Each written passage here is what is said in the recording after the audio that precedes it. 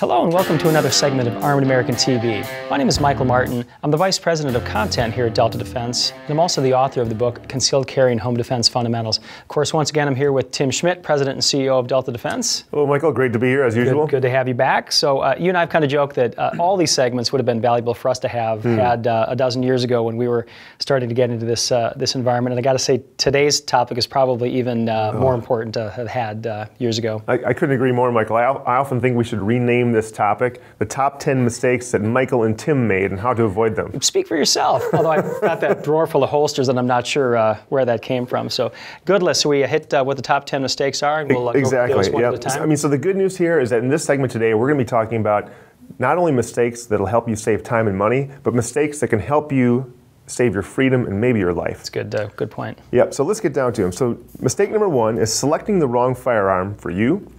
Mistake number 2 is making a personal protection plan only about firearms training and not about conflict avoidance and situational awareness.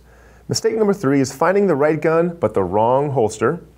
Mistake number 4 is believing that you've ever had enough training. Mistake number 5 is doing the wrong type of training. Mistake number 6 is not preparing for the legal and financial aftermath of a self-defense shooting. Mistake number 7 is not testing your self-defense ammunition in your actual gun. Number 8 is not building consistency into your carry practices. Mistake number 9 is not properly maintaining your carry gun and ammunition. And number 10 is not properly understanding your state's laws and the state laws of the states that you may visit under reciprocity agreements. That is a heck of a list, and again, I'll say that if we had this information years ago, we would have saved ourselves a lot of time and money. How about if we hit that first one? Let's talk about selecting the wrong firearm for a person individually. Michael, sounds great. Let's do it. Okay, Michael, obviously we have a lot to cover here. Would you start with number 1? Are you saying that's my most common mistake? So, the first mistake we're going to talk about is selecting the wrong firearm for you. And as we talked about in one of our segments on picking a firearm that's right for an individual personally, there's a lot of options. You go to any gun store and you're going to see display after display after display of a lot of different handguns, and picking the one out that looks pretty or that you think looks cool isn't going to be the right decision. We've got a couple, a variety of options spread out here that go across the gamut of what we explained in our other segment. We have a firearm that can fire in double action only mode, a firearm that can fire in double action single action. We have a revolver that can be fired in both of those modes, and I have a 1911 that can be fired in single action mode. And of course, in addition to those action differences, we're talking about size differences all the way down to a little pocket pistol with a Ruger LCP up to a full-size Springfield XDM. The decisions have to be based upon, as we've said earlier, how a person carries, the size they are, the time of the year that it is. In the summer, this might be my firearm of choice, where all other months, this might be my firearm of choice. But that also leads into one of those problems that we're going to talk about in a minute, is consistency of carry. Exactly. If I choose different firearms for different times of year or different dress, I might be building in some problems. The reality is, though, seasons change, clothing changes, so we have to think about those different things. My advice is always try before you buy. We wouldn't buy a car without trying it out. My suggestion is also to get up to a range that can provide a loaner, provide a rental, or a friend that can provide access to that.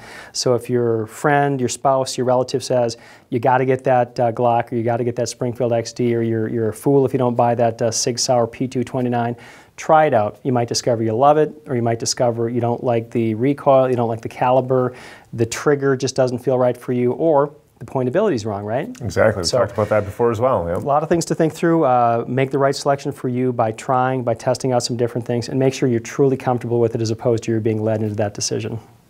Good coverage. Number 2, I think you got that one. Okay, yeah, number 2 is the mistake of making your personal protection plan only about firearms training and not about situational awareness and conflict avoidance. That's a great topic. So a lot of people, they fall into this trap of thinking, hey, this gun is it's almost like this a magic tool that can protect you, that will get me out of all problems. And so therefore, they only focus on firearms training.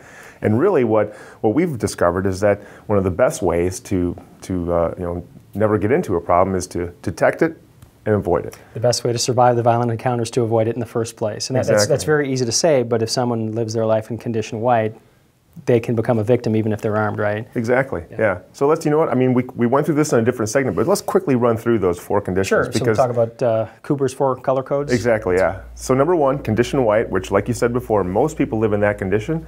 And so what does condition white mean? Condition white means you're unaware of what's going on around you. And the truth is this is what criminals look for. They're going to look for someone who's sending a text message on their cell phone and not paying attention to what's going on around them, or have their earbuds in listening to music and completely oblivious to their surroundings. That's who they look for, as opposed to looking for a smaller, weaker victim, as opposed to a larger person that can stop them. Completely unaware, so condition yellow. So condition yellow, of course, is that's the condition that we always want to be in as responsibly armed citizens, and that's a condition of heightened awareness. It's understanding, seeing what's in your, I guess what we call like a 21-foot bubble, right? And maybe bigger, maybe smaller than that, depending upon where you are, but it's simply being aware of your surroundings. And it's not paranoia, it simply means you're aware of what's going on around you. Right. And as a parent, I realize you suddenly get some built-in yellow when you've got that child and you want to know exactly where they are. Right. It kind of conditions you to pay attention to what's going on around you, but you've got to live with that whether you have kids or not, whether the kids are old or not. And it's really, it's like a sixth sense, Michael, right? I mean, it's something that you develop and you actually stop thinking about once you get used to doing it. I agree. And living in condition yellow is actually, I find it easier than condition white. I make it a bit of a game. In fact, one of the things that I do when I'm in condition yellow is I look for people in condition white. It's kind of fun looking for people who are completely oblivious to their surroundings, and I guess I'm kind of looking at things from a criminal's perspective. So what's the next condition? So something happens, something alerts us a little bit. We're not positive something's wrong, but we go into condition orange. That simply means that something gets our attention, something or someone gets our attention. Maybe it's something out of place. It might be something as simple as burned out lights in a parking garage. Suddenly we realize something's not right here, and we decide to make some decisions based upon what we see. It might be backing up and heading back to the parking garage. It might be seeing someone who causes me some concern, and that causes me to turn around and go the opposite direction, or maybe change the path I'm on. And I'd add here that we're not talking about profiling people, but the fact is you've got to trust your instincts. You've got to be able to say, I don't feel right about this situation. I'm going to head in the opposite direction. Right. What's next?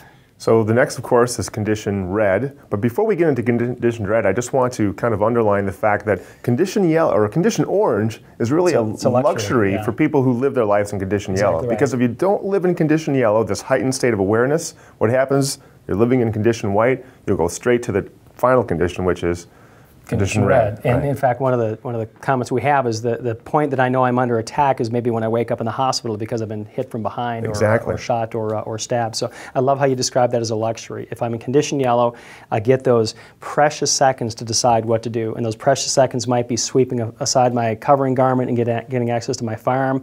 It might be turning around and running as fast as I can in the opposite direction. And I'd much rather look like a coward and not have any any external injuries on my body. So to really underscore this, I just want to, I mean, you and I just talked for the last 5 minutes about these escalating levels of awareness, situational awareness.